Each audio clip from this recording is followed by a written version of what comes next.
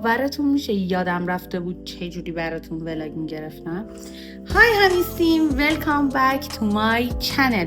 خوش اومدید به یه ویدیوی دیگه با من. این ویدیو از اون دسته ویدیوهایی که شما خودتون زیاد درخواست دادین و خودتون دوست داشتید که این ویدیو رو بگیرم. نمیگرفتم چون خونه‌ای نبود که دوست داشتم، وسایلی نبود که دوست داشتم و خیلی بهونه های دیگه که نمیشد بگیرم. بالاخره خونه که به نسبت مناسبه رو گرفتم، وسایلم هم تا اونجایی که تونستم درست کردم و خیلی هاش مونده که بهتون نشون میدم، ولی گفتم که بالاخره این طلسمو بشکنم و خونم رو بهتون بعد از این همه مدت نشون بدم. یادتون نره چنلمو سابسکرایب کنید. یادم رفت بهتون بگم که من قبل از اینکه این خونه رو بگیرم خیلی خونه دیگر رو دیده بودم. ویدیوشو براتون اینجا میذارم که ببینید چجوری خونه قبلی من فیلمشو براتون میذارم دسته که داشتیم اساس کشی میکردیم و این خونه رو یهویی پیدا کردم، خیلی یهویی و خدا خواست. یعنی این چیزیه که من خیلی دوست داشتم یه همچین خونه‌ای داشته باشم. حالا همه نظرات و انتقاداتتون قابل احترام، من بهش احترام میذارم. خواستم این موضوع هم بگم که این ویدیو رو اول ببینید بعد برید سراغ ویدیوی هوم تور من.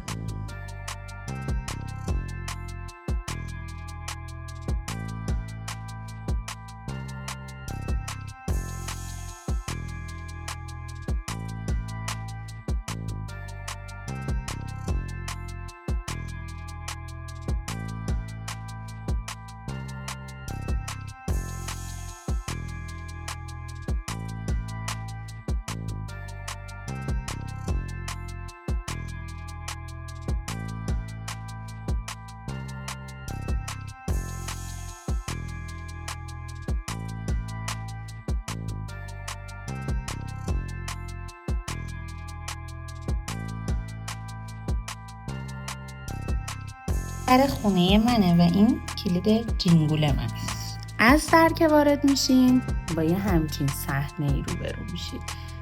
یه همچین صحنه‌ای فضای نقلی خونه منو در بر میگه. حالا چون یه ذره پت میکردش من خاموش کردم همه رو، ولی این میشه نمای کلی از خونه من خونم طبقه اوله.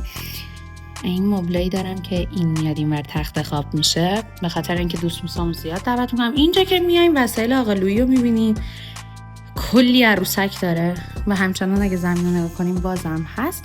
میایم اینجا میگید که این چیه؟ من توی خونم یه در مخفی این شکلی دارم که اینجا رو لباسای زمستونیمو چیدم، جا کفشی گذاشتم واسه کتونیام، رخت خواب و این پشت انباریه و انقدر فضا واقعا کمک کرده که خیلی از وسایلمو من جمع کنم و توی خونم و هم ریخته نباشه. من نتونستم ببندمش. حالا از اینجا که میایم میرسیم به این ور که سرویس بهداشتیه، حموممه. خیلی همون نقلی خوشگلی دارم. فکر نمی‌کنم یه سرویس بهداشتی علاقه داشته باشید ببینید. بذارید از این زاویه‌ام حالو بهتون نشون بدم که این شکلیه. این حال خونه منه. حالا اینو براتون نگفتم که لوس دارم کانترولیه و خیلی لاکچری با کلاسی. این همون آینه‌ایه که اکثرا دارم با توش عکس و فیلم میگیرم و تولید محتوا میکنم براتون. میایم اینجا، واقعا به نظر من آشپزخونه قلب خونه است و وارد آشپزخونه که میشیم کابینتامو نگاه کنید چقدر خوشگله. تو خودش توجه کنید. غذا درست کردم، یتیمچه. این آشپزخونه منه. یادم رفته بود این در رو ببندم خوشگل تر بشه.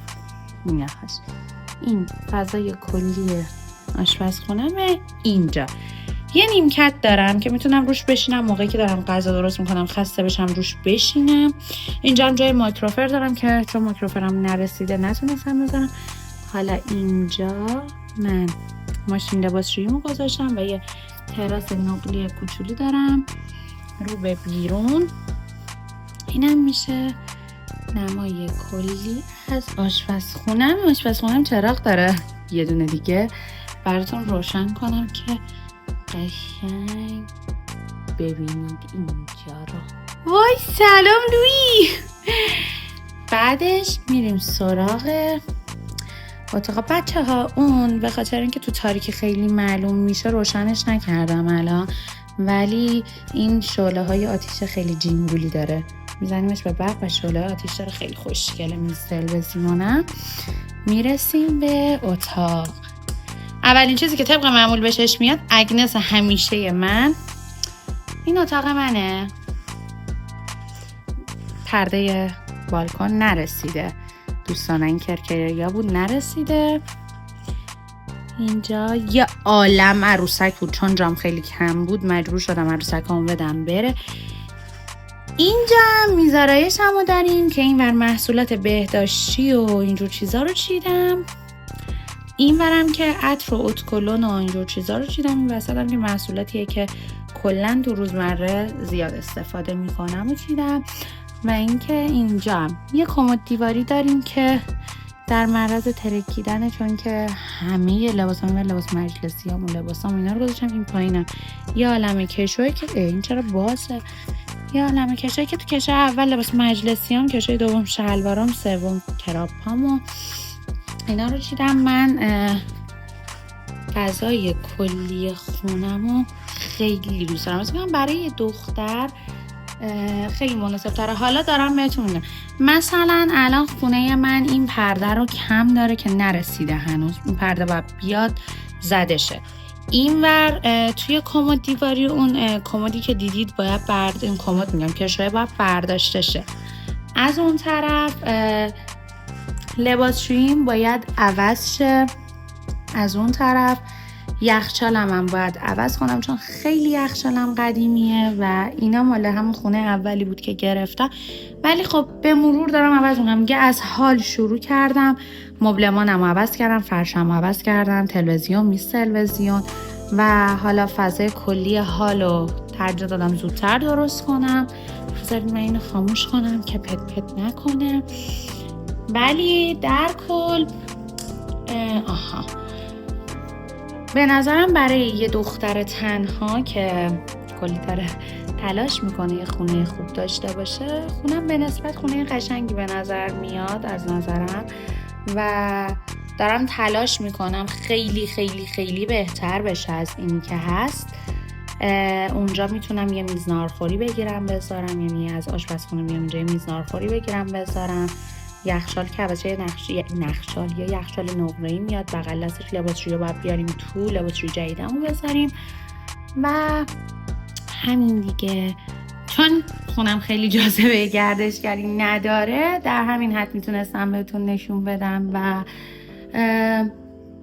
اگه دوست داشتید یه همچین ویدیوهایی، پیشنهاد یا انتقادی دارید راجع به خونم، راجع به خودم یا هر چیز دیگه‌ای که فکر میکنید، حتما تو کامنت ها بنویسید. من تمام کامنت ها رو میخونم. و اینکه مرسی که تا اینجا ویدیو منو دیدین. بوس به کلتون. دوستتون دارم. خدافظ.